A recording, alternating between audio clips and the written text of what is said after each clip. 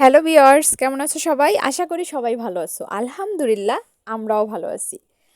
আজকে মা মেয়ে বিকেলে হাঁটতে বের হইছি। ভাবলাম তোমাদের সাথে শেয়ার করি। মেয়ের আমার মন ভালো লাগতেছে না, বলতেছে মা একটু চলো আমরা হাঁটাহাঁটি করে আসি। আসলে আজকে তো শুক্রবার, ছুটির দিন। সব সময় তো বাসায় থাকতে ভালো লাগে না, মাঝে মধ্যে একটু ঘোরাঘুরিও করতে হয়। তো দূরে কোথাও যাইতে পারলাম না, কাছাকাছি একটু ভাবলাম যে একটু হাঁটাহাঁটি করে আসি, ভালো লাগবে। আর একা একা সারাক্ষণ থাকে তো, সারাক্ষণ তো পড়ার মাঝেই থাকে, স্কুল প্রাইভেট সব কিছু নিয়ে ব্যস্ত থাকে। তো মেয়ের আবদারও তো মাঝে মধ্যে রাখতে হয়।